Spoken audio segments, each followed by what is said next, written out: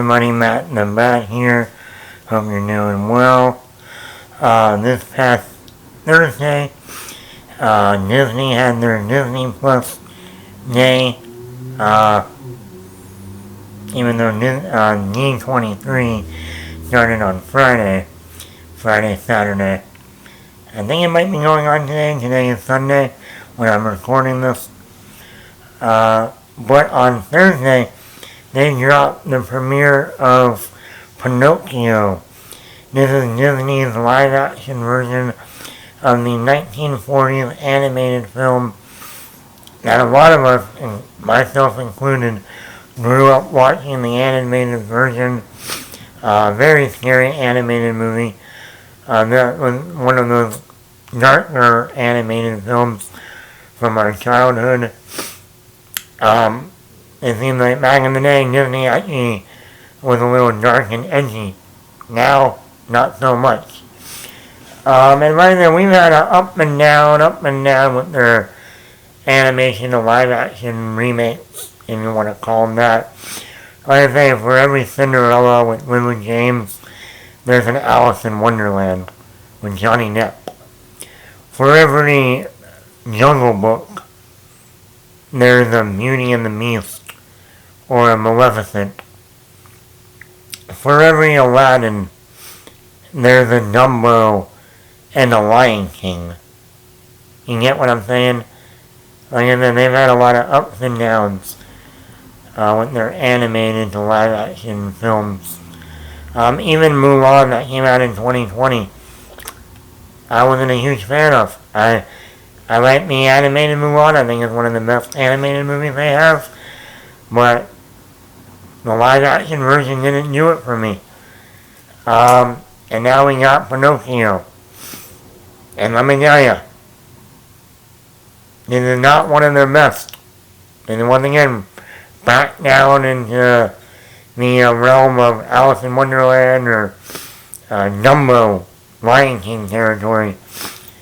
And this sad mean you got like Tom Hanks playing Geppetto. You got Tom Hanks and Robert Zemeckis teaming up again. You know, they are known for good work. Forrest Gump, Castaway. Yeah, they did the Polar Express, but, you know, 2 out of the 3 at the time are beloved movies. Not to mention, you know, Robert Zemeckis did movies like the Back to the Future trilogy, Romancing the Stone, the Denzel Washington movie, Flight. I like Robert Zemeckis as a director, but I was looking forward to him directing a Pinocchio movie. But no, as they say. And I don't get what's with Pinocchio. We've had so many versions of Pinocchio. From, like, you had the animated movie back in the 40s. Then in 1997, you had the live-action Pinocchio with Martin Landau playing Geppetto and Jonathan Taylor Thomas doing the voice of Pinocchio. And then obviously when he becomes a real boy, you see Jonathan Taylor Thomas as Pinocchio in the 1997 version. And then even the movie AI, Artificial Intelligence, in 2001, directed by Steven Spielberg and starring Haley Joel Osment and Jude Law. That was basically a Pinocchio movie, but more sci-fi and a lot darker. And I like AI. I have grown to like AI more than I did when it first came out. But it's basically Pinocchio. Jude Law is like Jiminy Cricket. He's Haley Joel Osment's conscience, you know, steering him in the right direction. You know, obviously Haley Joel Osment is a boy named, I forget what his name is. But he's a robot who wants to be a real boy. Instead of having the affection of his father or his maker, he has affection for this mother that kind of took him, you know, bought the robot and brought him into the family. And we even have him going after a blue fairy at one point and sees the blue fairy And it's basically Pinocchio, but with a different spin on it. So like that, we've had many versions of Pinocchio before. So it was like, what are you going to do different, Disney? That A, you've already done with your animated movie. B has already been done with the 97 version. C has been done with the 2001 Spielberg reimagining or retexturing with AI. Plus, later this year on Netflix, we're getting the Guillermo del Toro Pinocchio movie. That looks way more interesting than this one. It's going to be puppet, stop motion, puppet, marionette, and it's Guillermo del Toro, the guy behind Hellboy, Pan's Labyrinth, Crimson Peak, The Shape of Water. Even though I didn't like his last movie, The Nightmare Alley, I mean, the dude knows how to do dark and gritty and, fairy tale movies. So, like I said, what is Disney going to do differently with this Pinocchio movie? And guess what? They don't do that much. Let's get into the positives. They're very little. The visual effects. I think visually this movie does look good. Both CGI and just the look of the movie. The camera work looks very well. Very good. You got the Fox character that looks great. I think Pinocchio looks good for what they did. Even though he looked right out of the animated movie. Like, perfectly. Like the animated. So, it looks fine. Are there a couple moments that I noticed that the CGI doesn't look good? There's a green screen behind them, yeah. But I thought visually the movie worked well. The pacing for almost an hour and 54-minute movie, it worked. It moves along, from one location to the next. And I thought Tom Hanks did a fine job for the little amount of screen work he has in the movie. And I thought Joseph Gordon-Levitt as the Cricket, or as the voice of Jiminy Cricket, worked. But other than that, that's all the positives I have for this movie. The movie just jumps from one location to the next. We never get enough time in one location.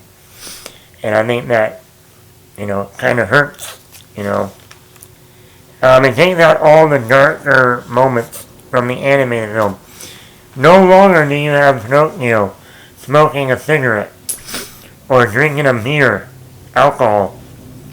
Which is one of the best things about the animated version. Why is this kid doing all these bad things he shouldn't be doing as a kid?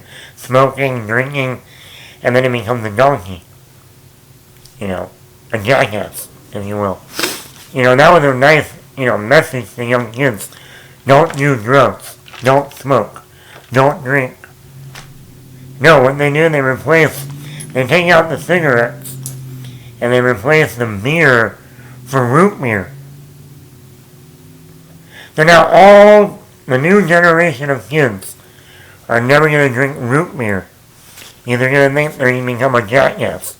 Well, some of them do still grow up to be a jackass. That's just society. But, you know what I mean. So a lot of you won't be drinking soda because of Pinocchio 2022. Man, you're missing out on the Coke. Coke. So that was one of the, and I know Disney is trying to be all family friendly. That's why you go back and watch the first Iron Man. Tony Stark is drinking alcohol like crazy. He's sleeping with women. He has a cigar in his mouth. But then after the first Iron Man, once Disney officially bought Marvel, they're like, oh, we can't have that anymore. But it's Tony Stark. We literally have a comic book, graphic novel, called Demon in a Bottle, where he's an alcoholic the entire run and has to find a way out of that. You can't do that, sorry. But it's the best Iron Man story Can't do that. He's drinking alcohol. Alright. Alright. There's no creativity or unique, almost. This movie is literally shot for shot. 90% of this movie is shot for shot from the animated film. It's like taking the Alfred Hitchcock Psycho movie and then Gus Van Sant's 90s version that was shot for shot but in color instead of black and white. That's exactly what this Pinocchio movie is. It's shot for shot the same movie. So there's no creativity. There's no uniqueness. Like I said, Pinocchio looked exactly like he did in the animated version, except CGI. What was the point of hiring any director? Disney's manufacturing line should have just pumped this movie out on their own. Well, I think you get a guy like Robert Zemeckis, and he's not able to bring any flair, any creativity. This is the guy behind Forrest Gump. This is the guy behind Back to the Future. This is the guy behind Castaway.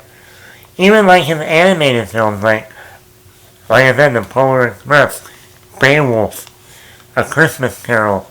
You got to bring something to those movies, whether you like them or not. You know, or the movie Flight with Denzel Washington. You know, why get a high-profile director if he's not able to do anything unique with the material? And then Pinocchio himself sounds like a young Haley Joel Osment. Really, he sounds like Haley Joel Osment. And that's funny because like that Haley Joel Osment did the movie AI back in 2001, where it's basically a Pinocchio story, but in this darker, futuristic, dystopian world where global warming did happen. But yeah, I thought that was funny how, I'm like, that sounds like a lot like Haley Joel Osment back in the late 90s, early 2000s, when he was on top in Hollywood. But it isn't, it's some other kid. But I would not be surprised if they took Haley Joel Osment's voice and put it in the movie. Because it sounds just like him. Other than that, like I said, it's on Disney Plus. I'm so glad I did not pay to go see this movie in the theater. I really don't think, why would you not put this movie in the theater? Well, now I know why. It's not good. It's not a good movie. No. Disney, you need to raise the bar. Okay? I know you got The Little Mermaid coming out next year, and we saw a trailer for that this weekend for D23, but I hope it's on this level, not on this level. Other than that, I would give this movie a 3 out of 5. Not good. Like I said, not good. But hey, it's on Disney Plus. If you want to watch it because you like Pinocchio, this movie's not good. Or I could have lied and said this movie's great, but then my nose would have got longer. So, then you would have known I've been lying. He's a liar. He's a liar. Anyway, that's it. If you want to watch Pinocchio, go watch it. I don't recommend it. Matt the Matt here.